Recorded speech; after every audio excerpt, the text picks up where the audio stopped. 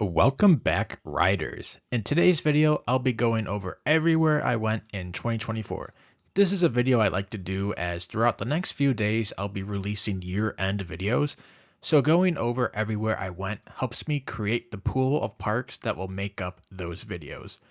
Just like the same video last year, I won't be talking so much about how my days were at the park. Rather, I'll just be laying out where I was each day and maybe some logistics on how it happened. Also, this video is unscripted, so bear with me as it might not be as clean as normal. Speaking of clean, the tables are not that pretty, but it is what it is. Without further ado, let's dig in. Alrighty, starting with January. So, if you did not know, I am from Chicagoland, so it is firmly the off season. It's too cold for Six Flags Great America to be open or a lot of parks near me. So, I tend to go where it is warmer, where the coasters are open. And I'm able to do that because I have a hybrid job. So, what I often do is when I'm able to work remote, I go somewhere, I work during the day, and then afterwards I go to the parks. So, this starts towards the end of January 24, I went out to Florida. First day I did Animal Kingdom and Epcot. Next day, USF is not University of South Florida, rather it is Universal Studios Florida. And then of course IOA Islands of Adventure. They were just too long to fit in the box, so there you go. And then Fun Spot Orlando as well. Next day was the Magic Kingdom. I know the Magic Kingdom days are nice because they tend to be open till 11, so that kind of helps me out since I can only get like 3 hours of park time after work at some of these other parks like Universal and stuff.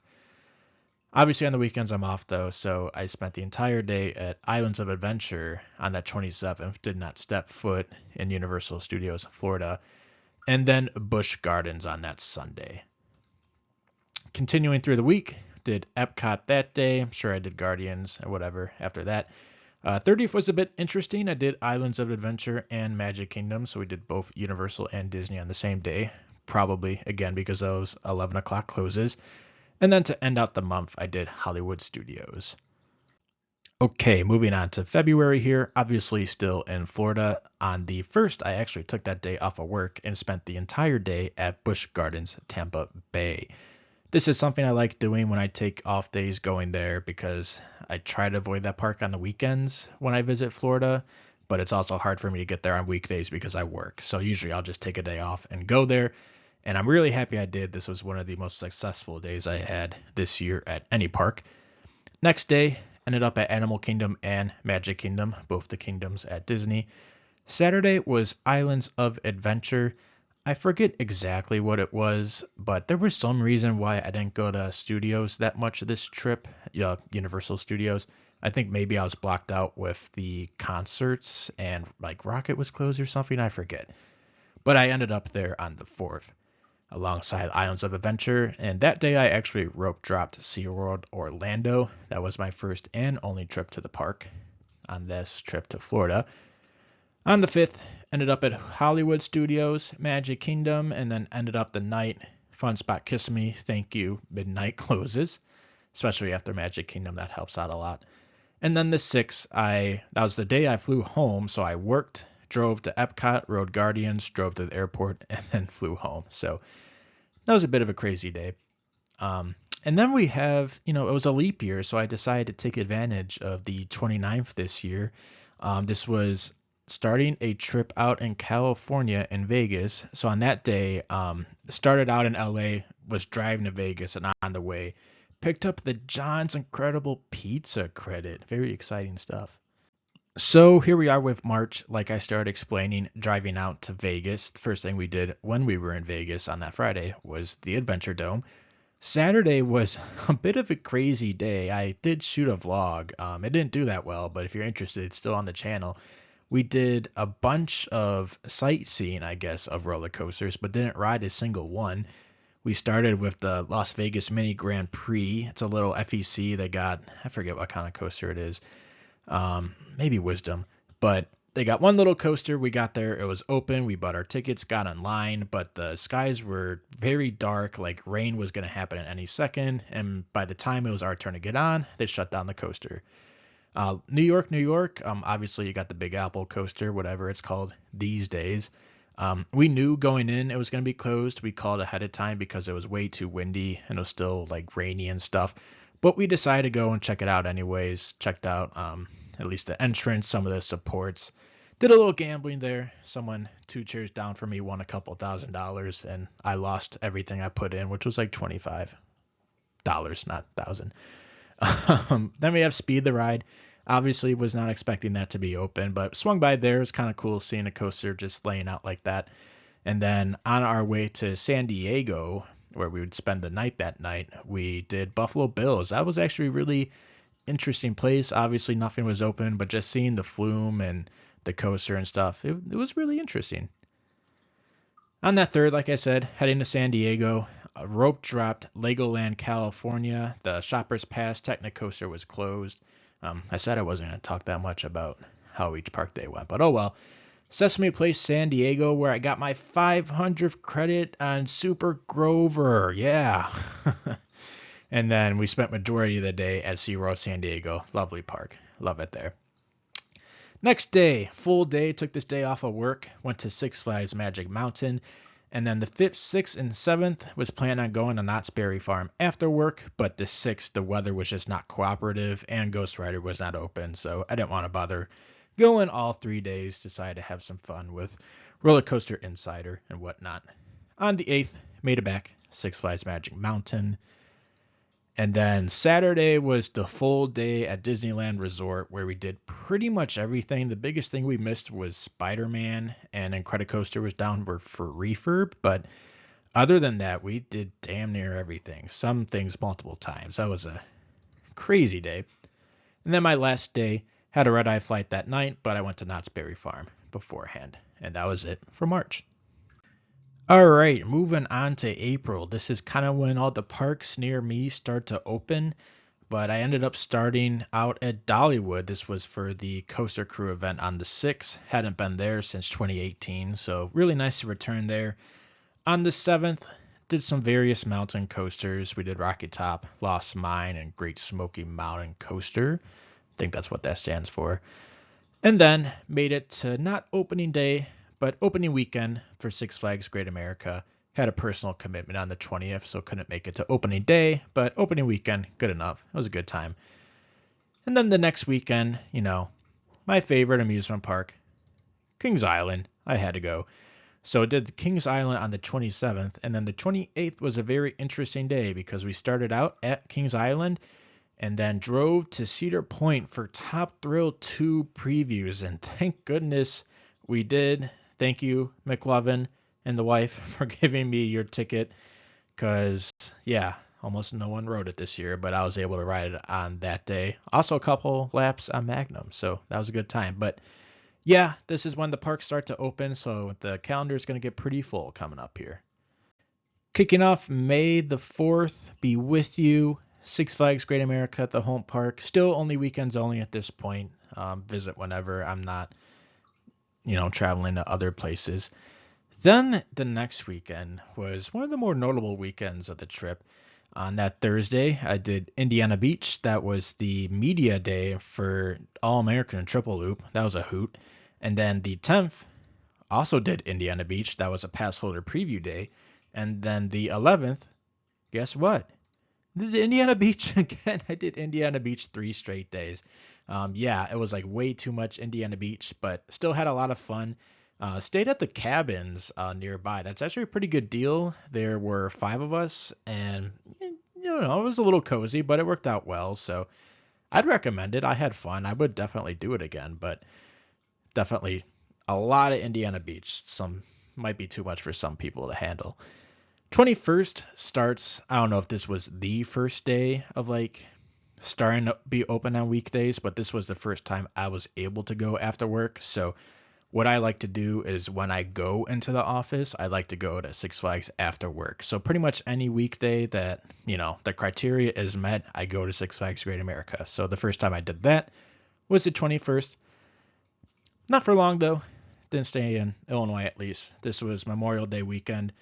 Just like in 2023, I spent it in Georgia. So I did Six Flags over at Georgia and Fun Spot Atlanta on both the 24th and 25th. But what I did differently this year was instead of staying there for the entire weekend, I ended up renting a car and driving to Carowinds. So I spent not the entire day there, the 26th. I think it was like half a day. And then most of the day on the 27th, I think I had to leave like an hour or two before the park closed to catch my flight. And then one off day, the 28th, and then the 29th, Kings Island. So kind of weird going from Carowinds to home, from home to Kings Island in a matter of 48 hours, maybe less. But it happened, of course. Went back there 30th. I'm not going to go to Kings Island just once. But this was the pregame for Hollywood Nights. So I ended up there on the 31st. And then let me flip over to June real quick. So, of course, not going to go to Hollywood Nights on just Friday and not Saturday. So I went both days. Tons of fun. Thank you, Holiday World, for putting on a great event. And I'm looking forward to returning for 2025. Got a ticket. Thank you, Cedar Kev.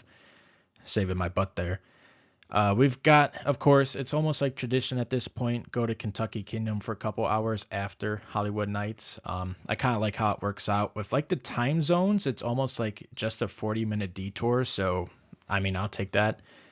And then, of course, pretty much any time I drive back home on I-65, if Indiana Beach is open, I'm going to swing by. That's like the most convenient time for me to go. So, but luckily, there's a lot of other enthusiasts from Hollywood Nights that were there that day. So it was fun seeing everyone.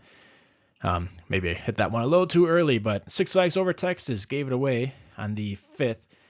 This is in preparation for Roller Coaster Rodeo. We'll get there soon.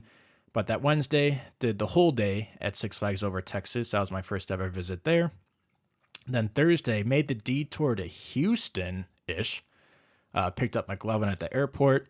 Went to Galveston Pleasure Pier. Almost did not get the Iron Shark credit, but we did. And then Boardwalk Bullet for night rides too. They were open, I think, till 10, maybe 11.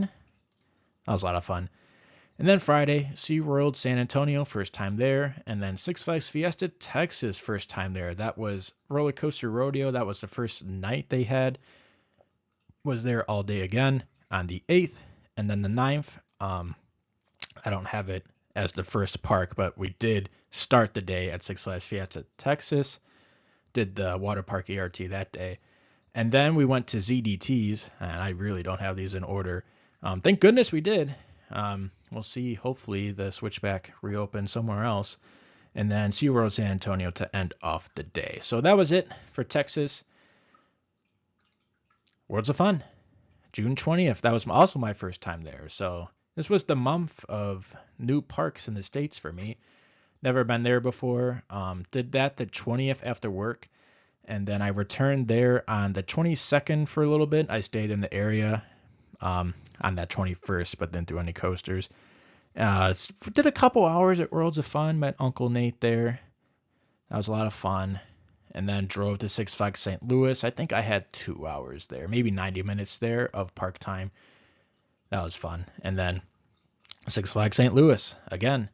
I spent a couple hours there, rope dropped the park, and then I had to drive home that day to go to work on the 24th. So that means for the first time in over a month, made it to Six Flags Great America. It took a while, but finally happened. But that's going to wrap up June here. July was definitely a more chill month. June, May, kind of the end of May, really drained me. So I was just kind of playing it more chill. So get ready for a lot of after work visits to Six Flags Great America. The first was on the 1st. Then we did again on the 8th. The 13th was an open weekend, but I had something going on the 14th, I think. So like I had to day trip something. I didn't want to do Great America because I go there all the time. I didn't want to do Mount Olympus. So I decided Michigan's Adventure. I like it there. It's fun. Another after work visit on the 16th. Another one on the 18th.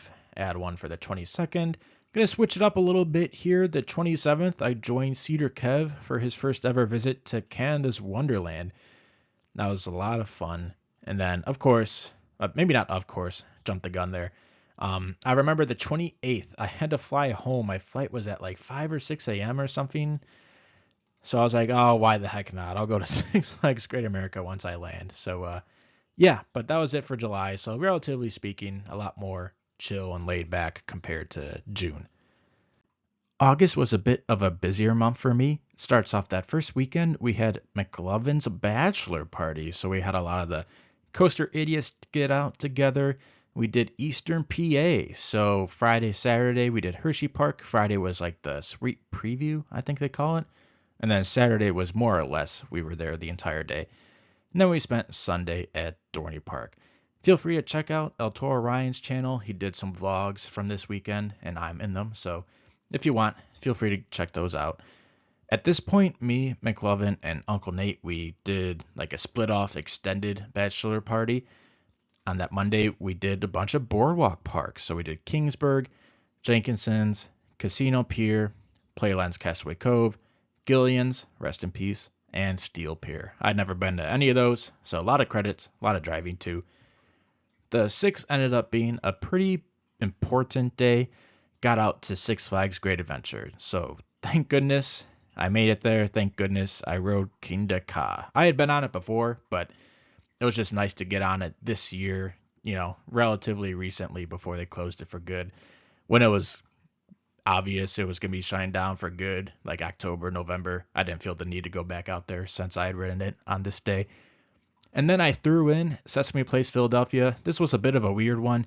There was some incoming rain, and we were trying to beat it. We got to the park. They were charging for parking.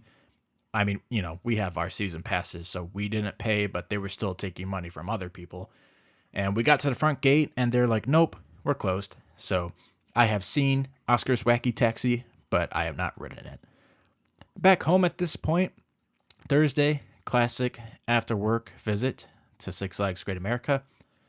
And then on the 10th, McLovin was just missing me so much, he came back to me, and we did Iowa. So we did a couple hours at Adventureland, picked up the credit at Malibu Jack's, and then the Modern Woodman Park. If you're not familiar, that is the minor league baseball stadium that has the SPF Visa. So that was a good time. It was a good ball game.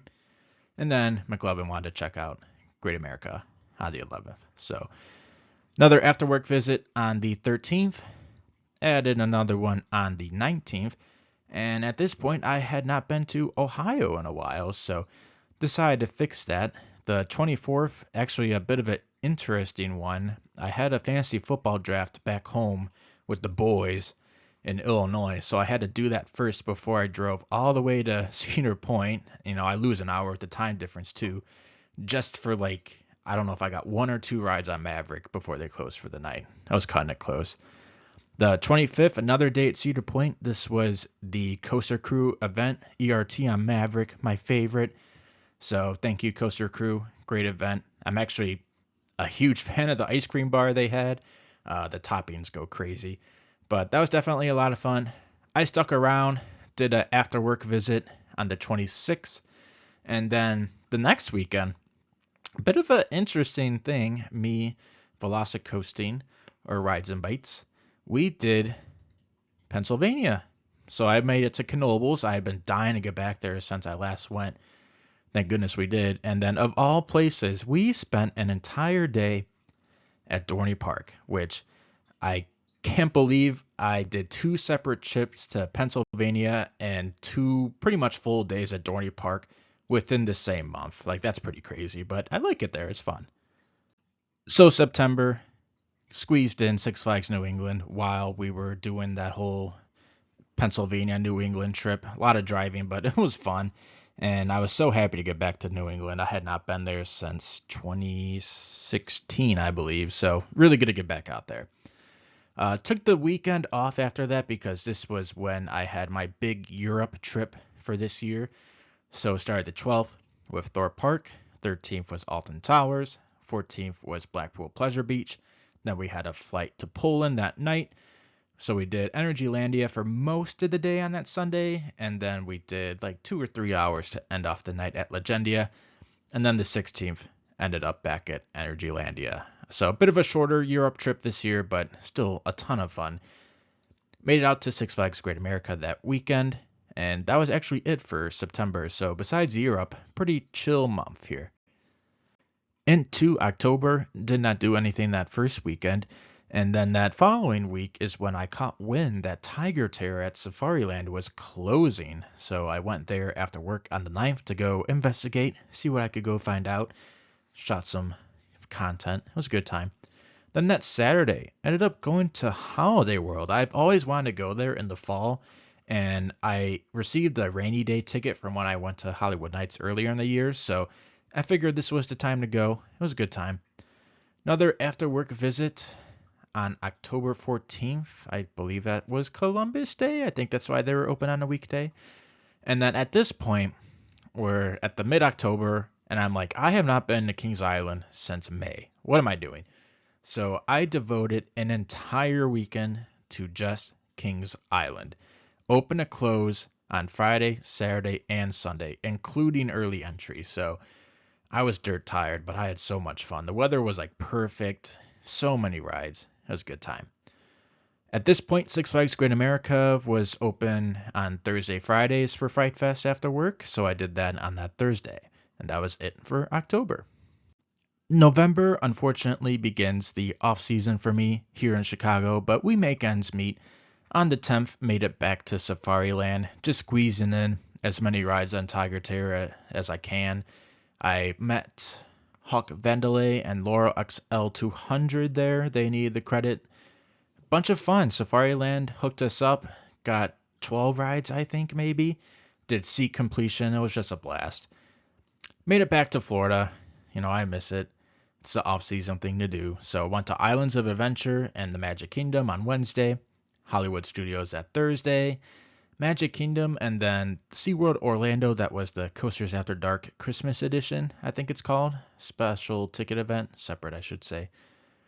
Back to Universal all day, both parks on Saturday. 17th, started at Busch Gardens Tampa, and I was planning to be there the whole day, but it just got a little bit busy in the evening, and this was only a 1 week trip to Florida as opposed to like my normal 2 weeks. And I felt like I hadn't been to Universal enough, so decided to drive up to Universal. Did both parks there. We did Mummy, because that was closed when I was there earlier. And then Fun Spot after that. After Toothsome, too, so there was definitely a lot going on that day. And then ended up the trip at Animal Kingdom and Epcot. Had to get my Guardians ride. And then the last thing I did for November, back at Safariland. This time I had Joy. She needed the credit, never been on it, so I met her there. And again, Safariland, thank you for hooking us up. Didn't do it 12 times that time, but a handful of times. What a great coaster. Gonna miss it. That leaves us with the last month of the year, if you didn't know, December. And just like last year, didn't end up going anywhere. I kind of purposely take off this month. Gives me, a little break. Spend some more time with friends and family when they're in town for the holidays and whatnot. So perfectly fine taking off this month. Kind of allows me to wrap up my year better in videos too when I'm not constantly writing more things. So yeah, didn't go anywhere this year, December. And with that, that is everywhere I went in 2024. What were some of your highlights for 2024? Did you go on a big coaster trip at all? Feel free to let me know in the comments below, and thank you for checking out the video. Push down, pull up, exit to the right. Hope you enjoyed the video, and go have your greatest day yet. Choo choo, bye!